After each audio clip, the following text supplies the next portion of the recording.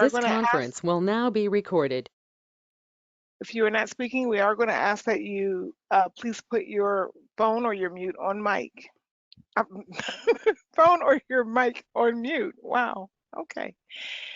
Good afternoon. My name is Leslie McGee, and I am a staff member with the Adult Protective Services Technical Assistance Resource Center. Welcome to this session of the APS State Grantee Meeting. We would normally enjoy meeting with states face-to-face, which would give us an opportunity to network and share information. However, the support for states to travel to the in-person meetings was usually limited to 2 staff. The upside of hosting this virtually is that we are able to open up this year's sessions to as many representatives as states wanted to have, and that's a good thing. Today's session is the first of 4 webinars that will be hosted over the next 2 weeks, and our subject is collaboration. Next slide, please.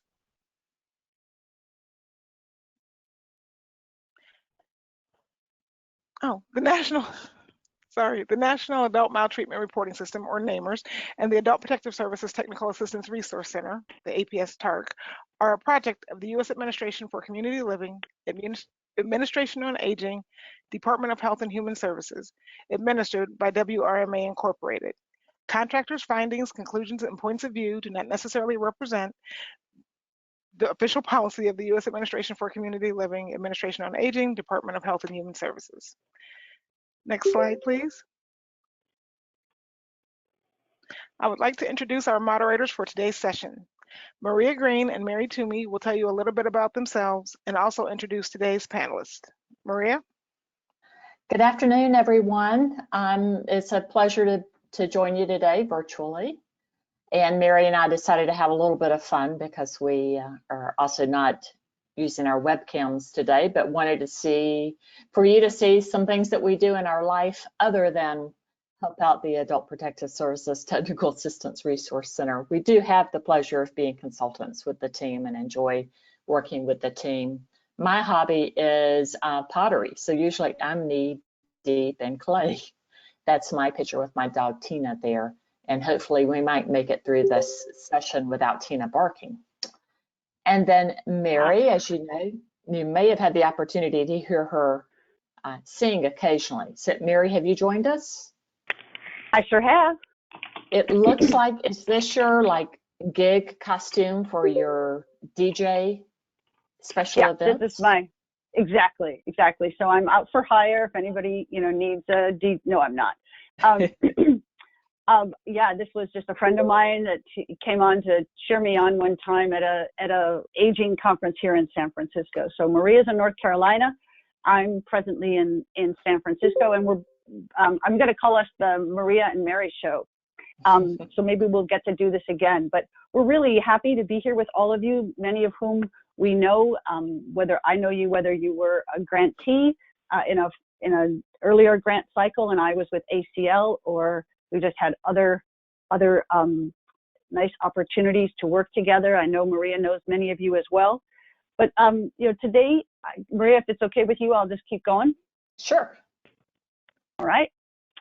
So what we wanted to do is to talk today about collaboration. And so while I was giving some thought to what is collaboration and how to talk about collaboration, I'm not doing this to confuse the topic, but more to, because I got really excited when I started to learn a little bit more about what is collaboration, that some of the words that I feel are sort of easily confused for collaboration because they're so closely related to it, turn out to be sort of building blocks to what we're going to be talking about. And we're very grateful to our 3 grantees, who you'll meet in a second, who are going to be talking about collaboration through their grant at the states that they represent. But I was thinking a little bit about how really, I sometimes would use coordination as maybe in place of collaboration, but what's really true, and I thought about this in the context of my family, the coordination is just someone ordering a variety of people to act together in an effective, unified manner. So my best example of this is that I'm one of 5 girls born in the span of 6 years. And so there was an awful lot of coordination to get us out of the house when we were all in high school. One of my sisters was in junior high. So I was thinking that that's a great example. If you can coordinate to get 5 girls out, showered and blow dried in the car to school on time. My mother was really amazing at coordination. Cooperation is a little bit different because in cooperation, one person or entities kind of has the right to say, no, I don't want to work with you. And this would be my sisters, Trish and Amy. So Trish had a car for part of high school. During part of that, my sister Amy was on the volleyball team. So there was a lot of cooperation on Trish's part when she had to wait for Amy to finish practice, even though she didn't have to wait for her, she did from time to time. I think there was chocolate involved in terms of that cooperation. So those are some of the building blocks to collaboration. But what is collaboration? So collaboration is more than just everybody yoking themselves to the same tractor to get the work done. It's really it's about a process where people come together to define a shared goal via negotiation, which when that is done successfully, I'll pause here just a moment and ask, I'm hearing some keyboarding, which I totally understand, but if you could mute your line, we would be grateful. So in terms of bringing people together to negotiate a shared goal, which is based on coordination and cooperation, but takes more negotiation than just yoking everyone to the same tractor or whatever. So to focus on an activity of the negotiated outcome. And since Thanksgiving is around the corner, that was one example I thought of collaboration, that everyone is negotiating. Well, in the time of COVID, a lot of negotiation going on about the goal being, what is the goal? To have a safe and healthy, delicious meal together, to have shared fellowship together. What does that look like? When? What's being brought? Who is involved? So that was trying to come up with an idea about collaboration. But I also loved this quote that I found, because I think this is the key to collaboration. This is that spark that you see sometimes at MDT meetings. It's not just about gluing different egos together, putting people in a room and saying, okay, now we have collaboration. It's really about what happens when all of a sudden you see a problem from a completely different perspective. It's as if somebody turned the painting on its side and then you saw the picture for the first time. That kind of clarity, that kind of problem solving, I think is something that comes when collaboration occurs.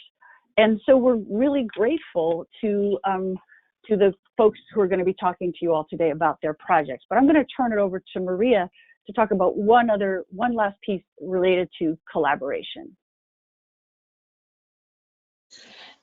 So when Mary and Leslie and Andy and I were discussing levels of collaboration, we got to thinking that there's probably 3 primary ones, and you hopefully today may have other examples that you'd like to share. But we know that there's got to be collaboration within the Adult Protective Services program itself when you're doing a new project or you're implementing a new training or new program. Then you want that larger cooperation and collaboration within your department. So whether that's a Department of Human Services, or you're in a Department of Aging or Family and Children's Services, it doesn't matter. When you think of the larger group that your program is a part of, are there collaboration opportunities? And then I think always we think first and foremost, or I do, who can our external partners be?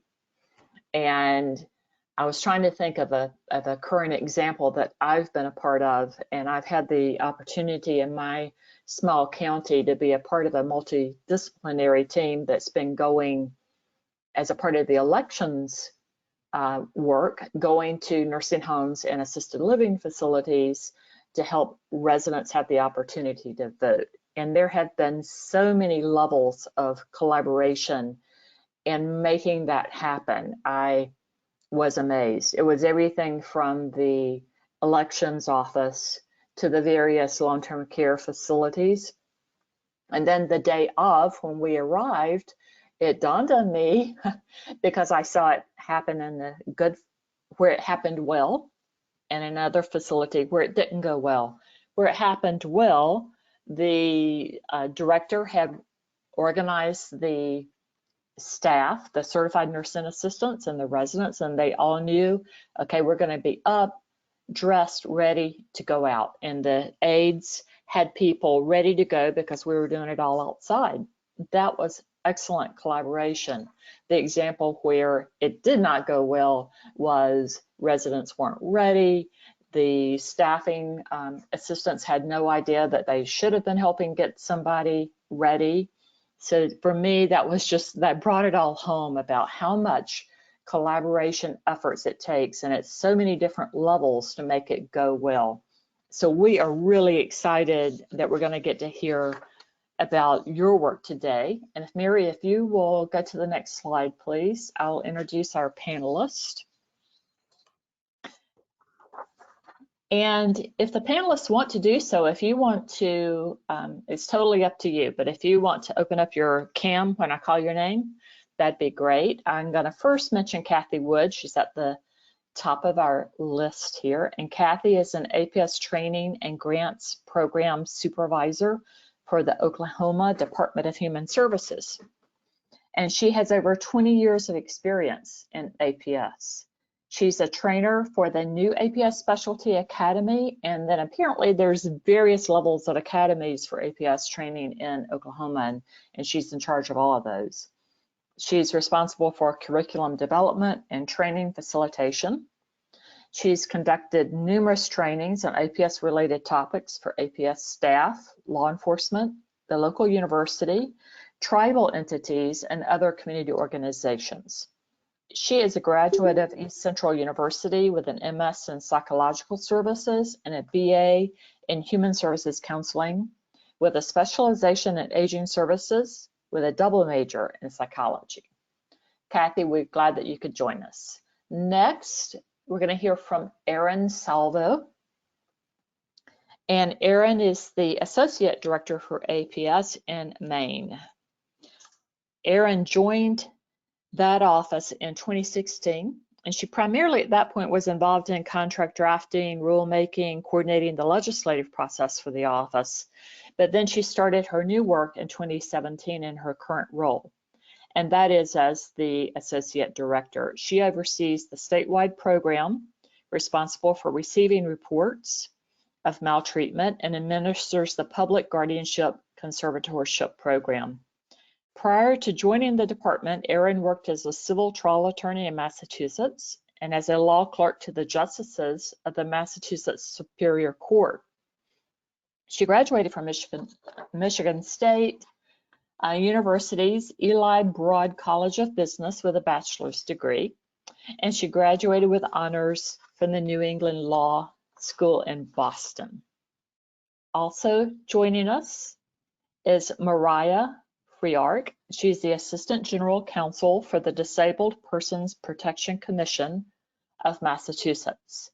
And a lot of us know it by its acronym DPPC.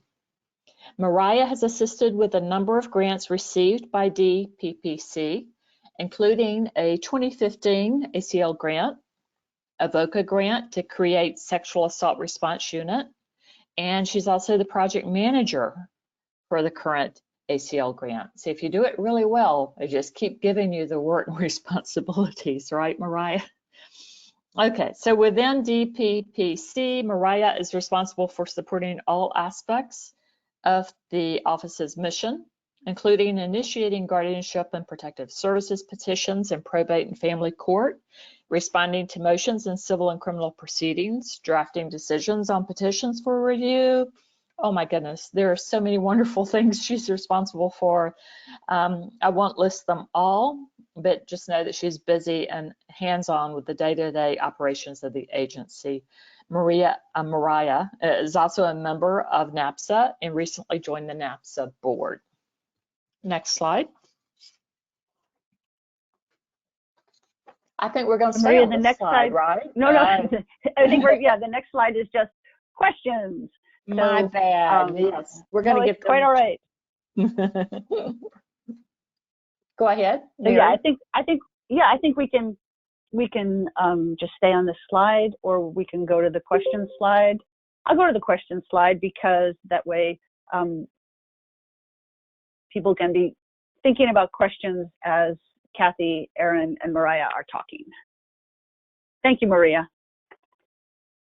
And I think what we can do now is just welcome formally Cathy Wood of Oklahoma. And so, Cathy, I think please go ahead. Okay, hi everyone. I am so glad to be here. Wanted to focus on one of the external partners that APS in Oklahoma has been working with for this grant, and that is the Oklahoma City Indian Clinic. It's a clinic that's housed in Oklahoma County, and they actually serve over 20,000 patients that represent over 220 different tribes. Whenever we first started talking about the grant and some of the ideas that we had, we knew that we wanted to focus on some self-neglect work, particularly with clients who are Native American. So basically, we started the discussion on who we wanted to work with, what that might look like, and we were able to schedule a meeting with the Director of Public Health of the Oklahoma City Indian Clinic and some other representatives from that clinic. We wanted to get their ideas on what they thought might work with their patients, what would work best for the clinic, and share with them our ideas of what we were wanting to do with this grant. I love the quote that Mary shared with us at the beginning that talked about collaboration and being ideas that never existed until we all basically got in the same room together. And that's really how this worked as far as our collaborating with the Oklahoma City Indian Clinic.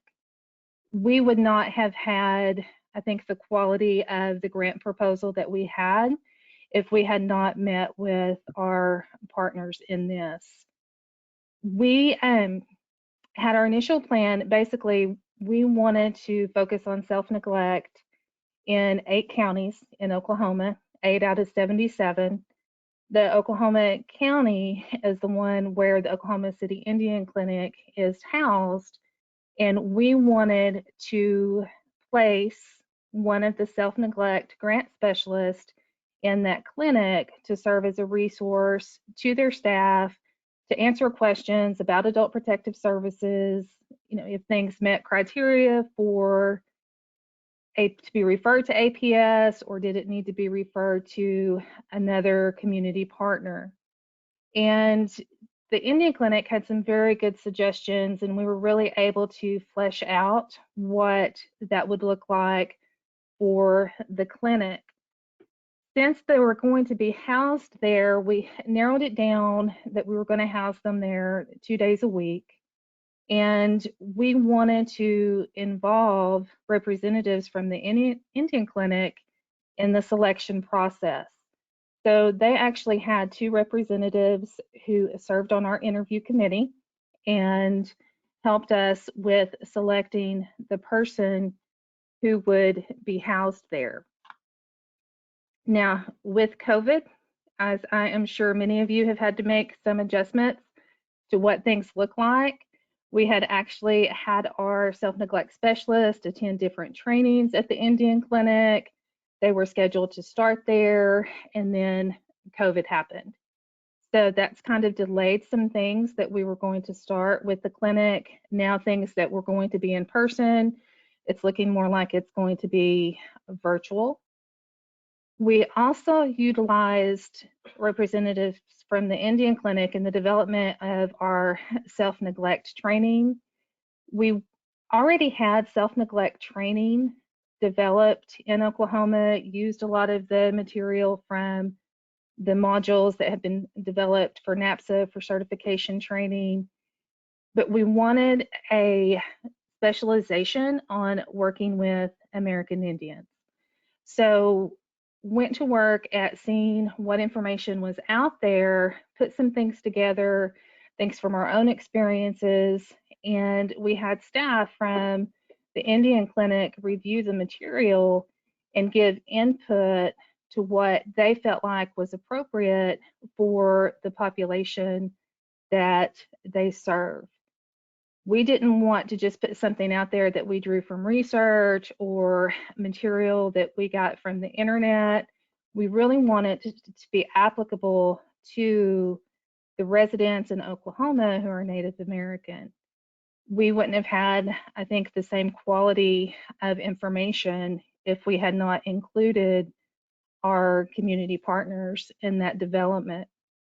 We also have an MOU, Memorandum of Understanding, working with the Indian Clinic, and they have a representative who attends our weekly meetings that we have with our other partners. We partner with Benjamin Rose Institute on Aging. They're our research partner in this grant.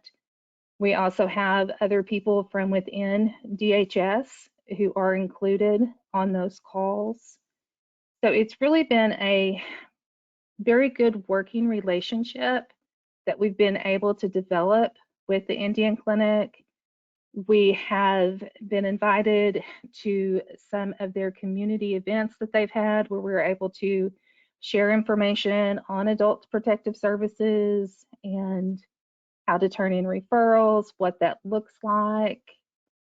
So really, it's just been, I can't say enough about the importance of meeting with your partners and getting their ideas, having those meetings together to where you can get a good product, to where you can really determine what's going to be best for all the entities that are involved.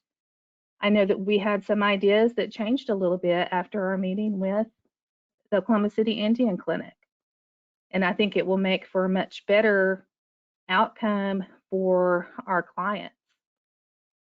I will say I'd been asked, would we be able to do this without the ACL funding? And there is no way that we could have had 3 self-neglect specialists. We could not house someone at the Indian Clinic, either in person or virtually, because our caseloads are too high. I'm sure like other states, we just didn't have the staff that were available to be able to do some things that we feel like will be very beneficial to the clients that we serve. So I guess, Mary, are there any questions at this point, or how do you want to handle questions if there are any? Yeah, really good question. Really good question. Why don't we hold questions until Erin and Mariah have also spoken, and then we can take them all together. Okay. So thank you so much, Cathy. We really appreciate it. And I believe we can now go to Erin was going to be next. All right, thank you. Can you hear me okay? Yes. Okay, great. So I'm also going to talk a little bit about coordination with our external partners, specifically our research partners in Maine for our current grant project. We're in year 3 of a research project. And just off the bat, like Cathy said, it wouldn't be possible for us to engage in this type of work without the ACL funding, simply because we don't often have the chance to take such an active role in a research project. Past research projects have been more of a being approached, can you give us a data dump and we'll look through your electronic system information. And this is a chance for us to be really engaged in the research process. And in Maine, what we're doing right now is where we developed a client survey that we're giving out to all of our clients who are 60 years of age or older. And then in 2 counties, we have a process where we can, at the conclusion of an APS investigation, make a warm handoff referral to an agency called the Elder Abuse Institute of Maine, who's hired 4 elder advocates to work with clients in those counties on a more long-term basis for a variety of different needs that they may have. So part of that is to see whether having that warm handoff advocate process results in different outcomes for our clients who are in the different counties. So in terms of some of the main challenges we had, the team that we had together before had thought of this idea, and really we thought we had sorted out a lot of it when we put together the proposal and submitted the grant application. So we felt like we were really ready to go when we got the notice of award, and we dove right in. We were getting those contracts encumbered, drafting one-pagers, developing the survey, and it felt like there was so much work to tackle right off the bat that we didn't necessarily take the time that was needed at that stage to make sure we were all speaking the same language. I don't have a research background, so maybe after a couple of months, I finally said, I don't know what it means, why we can't do XYZ for our survey process, or what is the value of certain parts of the survey, and how do I relay that to my staff if I don't understand it. So we finally set aside like a half-day meeting for the research consultants to walk APS through what the research outcomes and goals were for the project, and then I could gave a bit of a presentation about what we had in mind from a program perspective.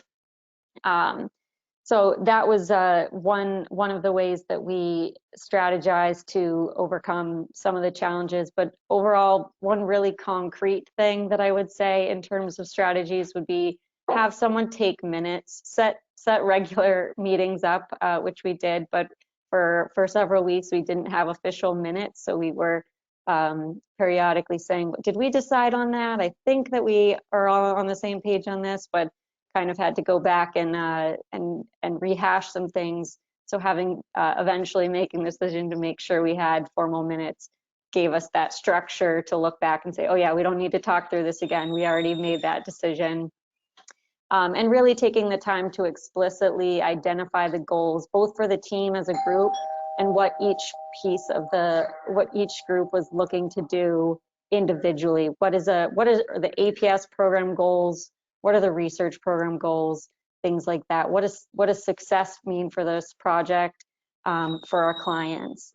And then really coming back to that discussion over time with the changes that happened with COVID. It was a really good opportunity for us to make sure we could still meet those goals and think about those things without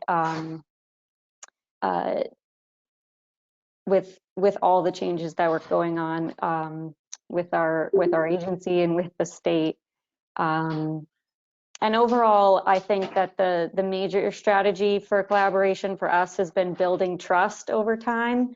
We've had to have some challenging conversations where I've said, our staff can't handle doing additional pieces of work right now due to caseloads. And if we don't have that trust and the ability to have open communication about issues and challenges with our research partners, then that would be a real disadvantage and wouldn't enhance the project at all. So I sped through that kind of fast, but that's what I've got.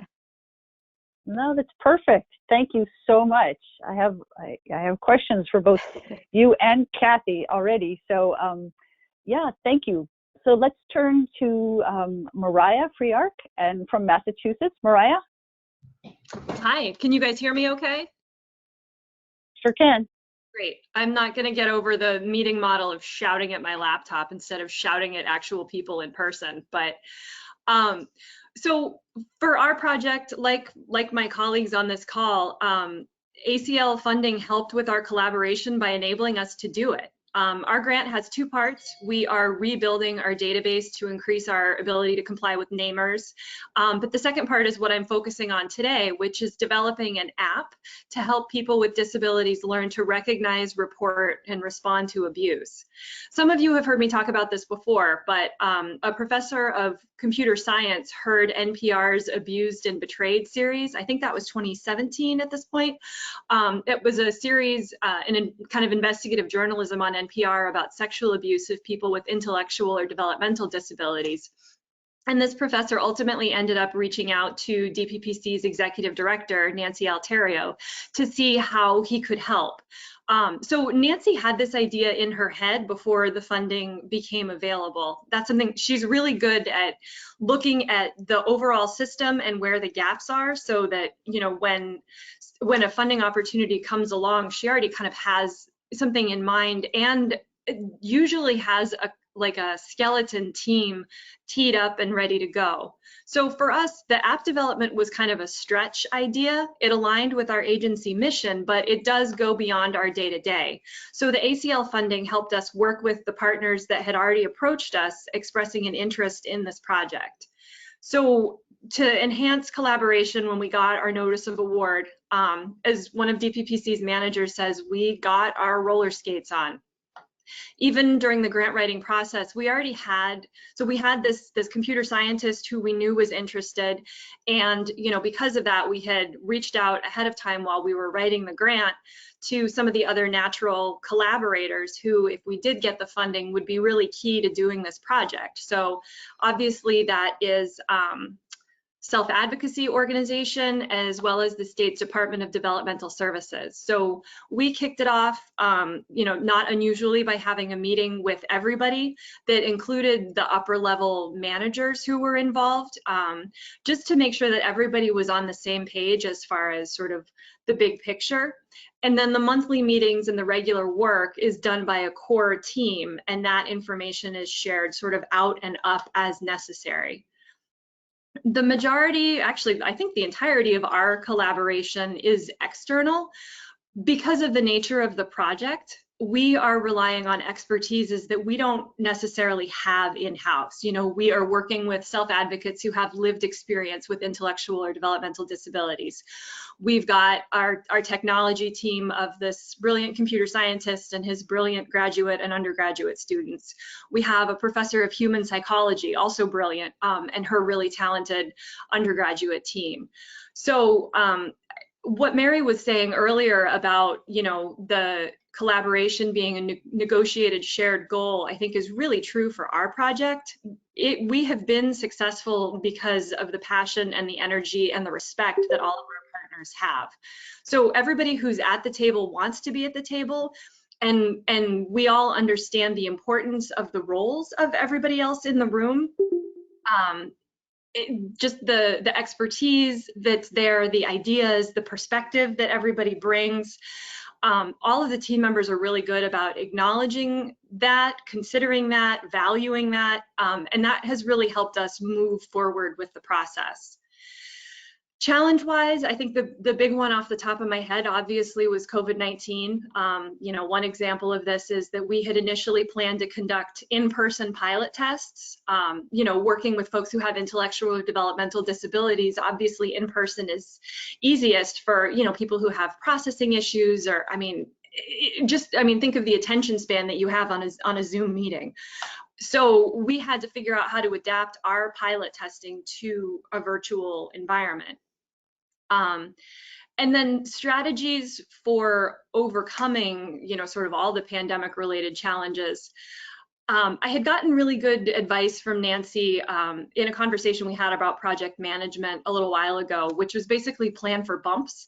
And I don't know how many of you guys remember Don Rumsfeld during the Iraq War talking about the known unknowns and the unknown unknowns, you know, like the things that you can probably guess are going to go awry, and then the things that just come out of like the clear blue sky to really throw a wrench into your works. So COVID-19 was a definite unknown unknown. I am very organized as a lawyer. My job is a lot of worst case scenario planning, but even I did not have a plan in place for what do we do if a global pandemic happens. So that being said, I knew that there would be some kind of unforeseen hitch. And so the point is, when you come across those hitches, you don't want to be so committed to your work plan and the how of what you're doing that you can't see that, like, hey, this it's time to pause, it's time to reassess, it's time to regroup. So, I mean, in a way, the sort of nice thing about the pandemic was it was not subtle about the fact that, you know, everybody needs to pause and reassess how we're doing, like everything in our life. So within our group, we did that by sort of coming back to what is our end goal? Like, what do we want to do with this, with these funds, with this project, with this sort of brain trust that we've collected? And that is to develop the best app that we can possibly develop under the circumstances, whatever those circumstances end up being. So with that focus, we were able to work with our partners, you know, really integrate, not integrate, they're already very well integrated, but really lean on the self-advocates to help create the best virtual pilot process that the computer scientists could dream up. And that enabled us to move forward and get the information that we could to continue developing our app. So kind of like Erin, it might be a New England thing. I feel like I also sped through that, but that's what I've got. That's great. Thank you very, very much. What I'd like to do now is to just open it up for questions from anyone else on the line for the whole panel of Cathy, Erin, and Mariah, or for an individual. And you can do that by typing in the chat to everyone so that both Maria and I can read it. And I think, Andy, if I'm not mistaken, can people also speak? They can indeed. If you want to ask a question over audio, all you have to do is unmute your line. Most of you have joined via computer, so you'll just click the little red microphone icon if you have a question.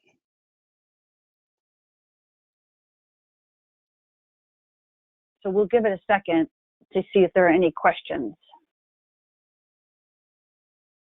It looks like I got one organizer question specifically to us that asked if does the tribe have an APS program, and if so, how does Oklahoma APS program work with them? So I think this was for Cathy again. Does the tribe itself have an APS program, and if so, how does Oklahoma APS program work with them? We actually have several different tribes across the state that do have their own APS programs. Some don't have an APS program per se, but they have more of specialists who work with aging, so they may not do exactly what we do, but they still may go out and provide services to either their elders. Some do work with vulnerable adults as well that are 18 and over. So it's very much dependent on the tribe and how they have their own programs set up. We do work very closely with those tribes. And there's some who may not do involuntary services where the Oklahoma APS program does. So if their situation needs an emergency guardianship, then state APS may step in to assist with that. The Oklahoma City Indian Clinic, because they serve, it's not really a tribe per se, it's more of a health clinic that provides a multitude of services. They don't have an APS program. They do have social workers who work there and can offer services, but they do something very different from what APS does. Thank you. There's another question for Cathy, but before we go to that, it's specific to Oklahoma. Are there any questions that people have for Mariah or Erin?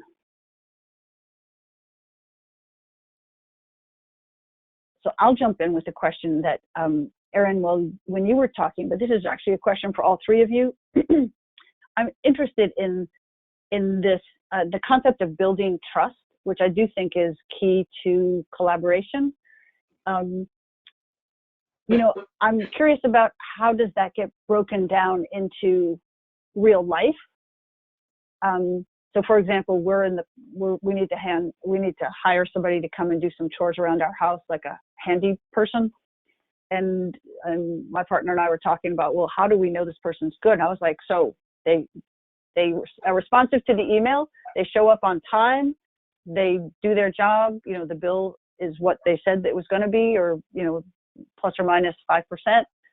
So I had in my head a picture of what a trustworthy, handy person would look like. What did trust end up, what were the elements that you think created trust? So I'll go to you, Erin, because you mentioned it and how important it was, but I wonder if everybody could also, like, if all three of you could just touch on it. Like, what were the practical things that you did that made trust possible? Yeah, it's a really good question, and it's a tough question, I'd say too. And in some ways, it's just what you said. People showed up when they said they would. They met the deliverables that they mentioned that they were going to do before we met again. But beyond that, I think some of it was built over time, and especially recognizing as we talked about, our goals for the project, being respectful of what other people felt was going to make the project successful, and all being invested in that same way. But that it really did, you know, now that we're in the third year, I feel like it's a really strong relationship.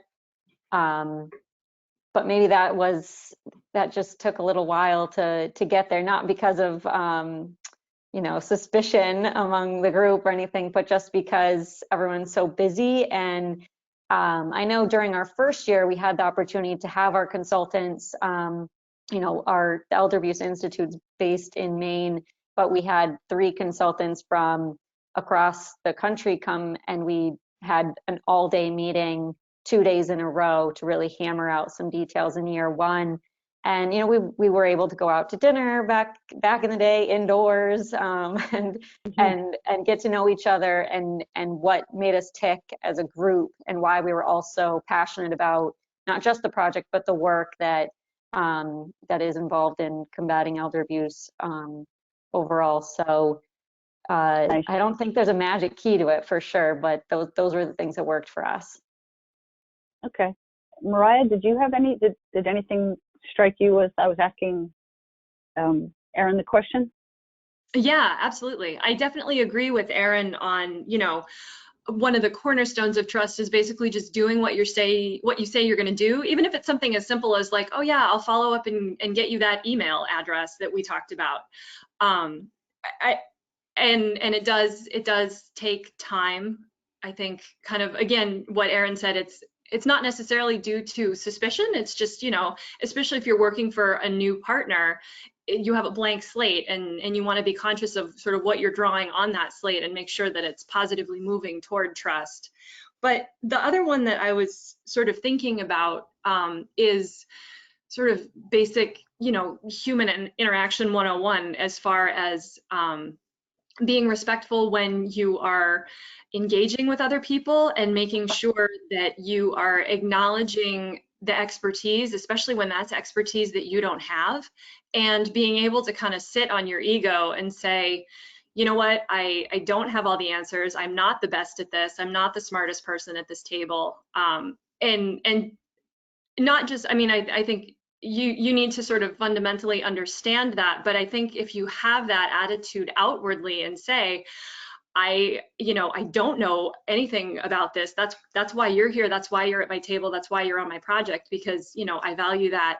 That helps build trust, and it helps get people, I mean, you're getting buy-in as well, because they're thinking, you know, oh, I'm here for a purpose. I'm not just like sitting in a chair, you know, checking off a box. They need my input. They need my energy. I can give something to this project. So those are my thoughts about trust from a lawyer. So yeah. It's a grain of salt. Right.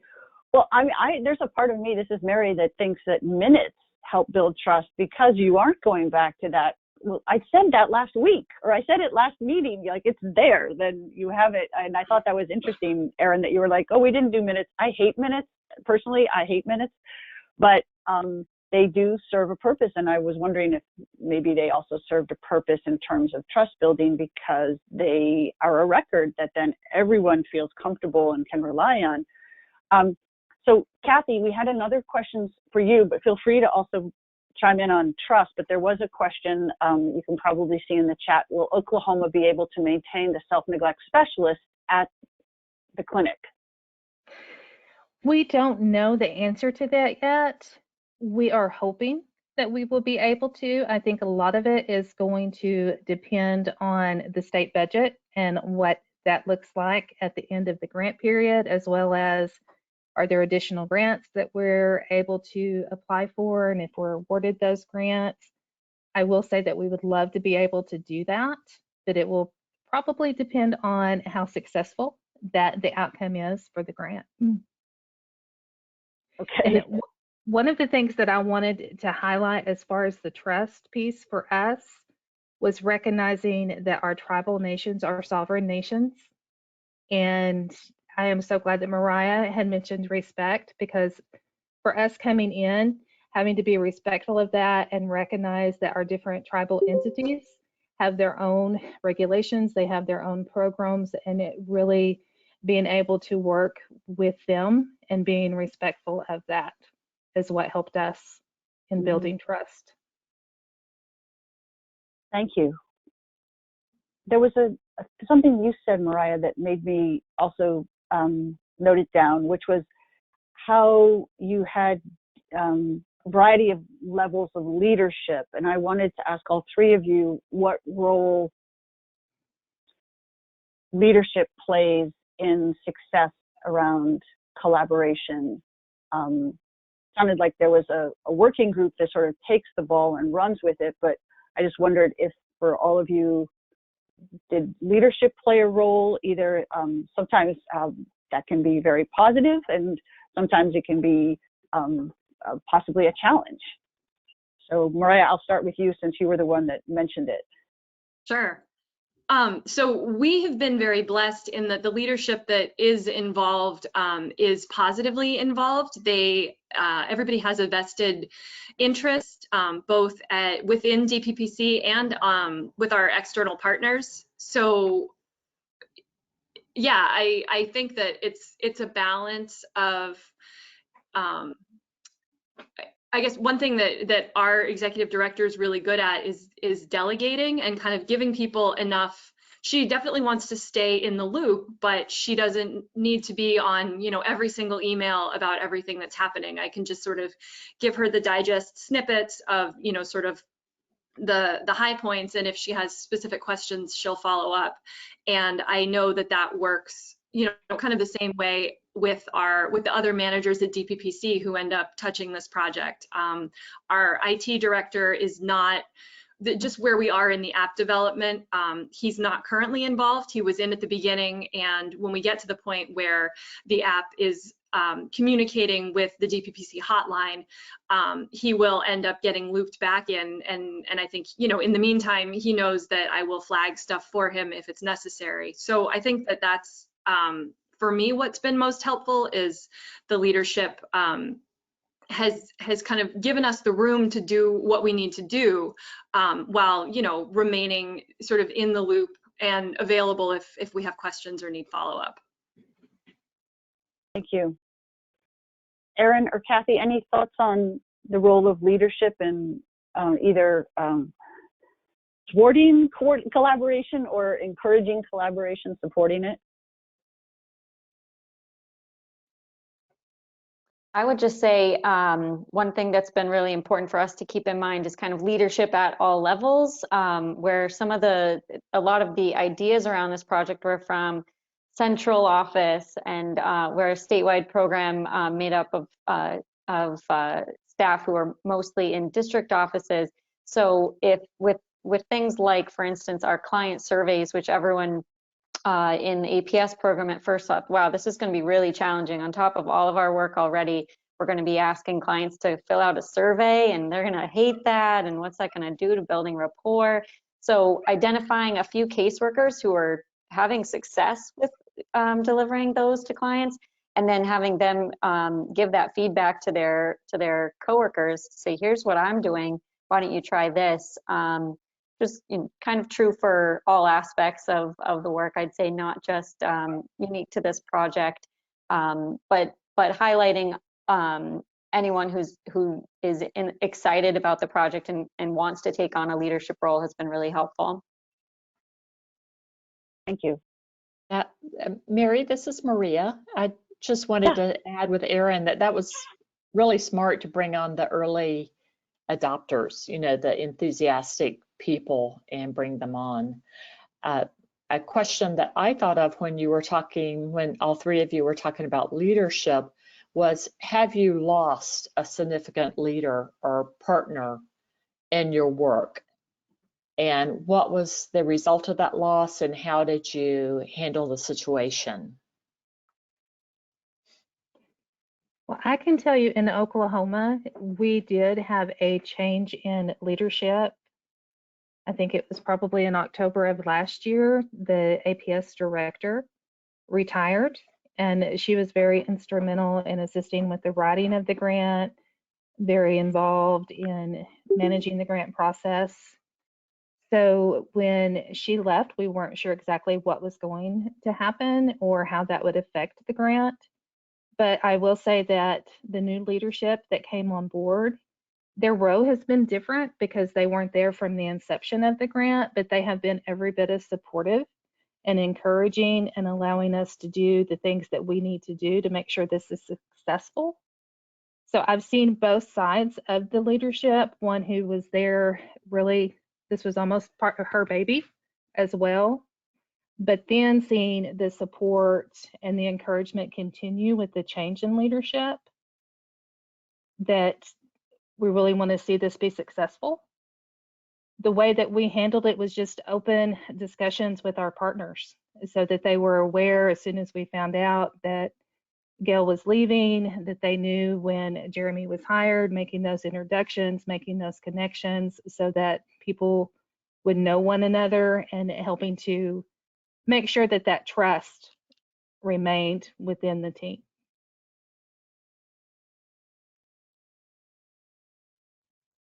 And Maria, I'm Mariah, knocking on wood because we haven't lost anyone super close to the project, but we did start our grant year one. We had a change in administration, so a big piece of that first year was making sure that the new administration coming in, the new leadership at our commissioner's office and the director of my office understood what we were trying to accomplish and go from there. Thank you. So Andy, I check in with you just to make sure that we haven't missed anything in the chat. Sure. Yeah, it looks like there was one question that was posted to organizers, and I'll read it twice, just a tiny bit longer than a sentence. On a more micro level, our APS program is reluctant to collaborate with other providers on APS cases due to the sensitive nature of the case. It seems like the better investigation, service delivery, and client care could occur if we more openly collaborated. How do other APS providers collaborate on the micro level? Let me read that one more time. On the micro level, our APS program is reluctant to collaborate with other providers because of the sensitive nature of the case. But it seems like there would be better investigation, service delivery, and client care if there was more open collaboration. How do other APS providers collaborate on the micro level? Great question. I'm going to obviously let the two things that occur to me. This is Mary. I want the three of you presenters to answer, but I'm wondering if it's about confidentiality or if it's about something that I've experienced where APS programs were worried about liability issues, that if they shared what they were doing with another entity, that then the program might leave itself open, leaving the program open to scrutiny and judgment. So it seems like it could be confidentiality or could be that other issue. But let's, Cathy, Erin, or Mariah, or anyone else on the line. We would love to hear from all of you who are listening in. You may also have had experience with that. For us, when we encumbered our contract with the Elder Abuse Institute and they hired advocates, we set up kickoff meetings with the county caseworkers who would be making referrals to those people so they could put faces with names and know the background of the people that would actually be working with their clients. And then to protect confidentiality, we set up a process where a client has to, of course, consent before we're sharing that information. So we can also do a warm, kind of a joint meeting if a client would even prefer that, rather than just a different person showing up at their door, giving them a phone call. So I think that those would be the main things I would mention for that. Something that we do, just not my projects don't necessarily relate to confidentiality and sort of individual client services, but overall, just to assist us with investigations, is we have a bunch of memorandums of understanding with our state service providing agencies, as well as all of the district attorney's offices. So that really helps cover us and set up a framework for when you share information, what the flow is, who's responsible, you know, and all of that. So that might be something to consider as well. In Oklahoma, I think we're similar to Montana. I noticed that Michael had posted in chat that they have in their MCA under confidentiality to share information necessary to providers. And we're pretty much the same way. We can share some information as needed to make sure a client gets the services that they need. We also do have some of our counties who are members of multidisciplinary teams where they are able to share information and staff cases, try and ensure that our clients get what they need. It's a really great question, and I think one that we could take a whole other time to talk about how to manage that concern on the part of leadership, how to manage it on a very practical level, how to manage it on a sort of on a more emotional level, and what practical value comes to the program and to the APS client as a result of that collaboration.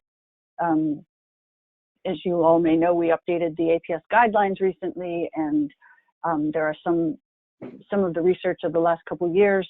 There have been a couple models where like APS partnered with legal services, APS partnering with mental health in a really collaborative way, like where they might be even co-located in a couple instances, and how much benefit accrued to the client as a result of those collaborations. So people are doing it. There are ways to do it, and I really appreciate the question very much. So I think we are just rounding the bend to the hour. I just want to open it up and see if there are any other questions in chat or anyone else on the line, or is there anything that Mariah, Cathy, or Erin would like to say in closing about their projects? No pressure.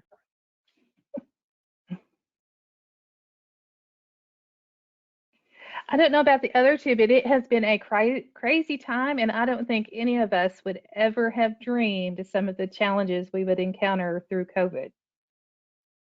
Oh my gosh. Yeah. Yeah, that these projects have transformed, that new ideas have come, you know, maybe the best argument for the benefits of collaboration yet, because if you can still execute a project that was not designed with a global pandemic in mind, but you've managed to keep going and do it, you know, the strength of the collaboration is one of the things that sees you through a difficult time like this. Mariah, I was actually very happy that you had not considered a global pandemic in your planning, because I think that you might want to consult a mental health professional had that been like in the vast number of things that could have occurred. Like, yes, check, global pandemic, we have a plan for that. No, that's good that you didn't have a plan, but we'll probably all have plans in the future. Yeah. Well, I just want to say thank you so much to Maria.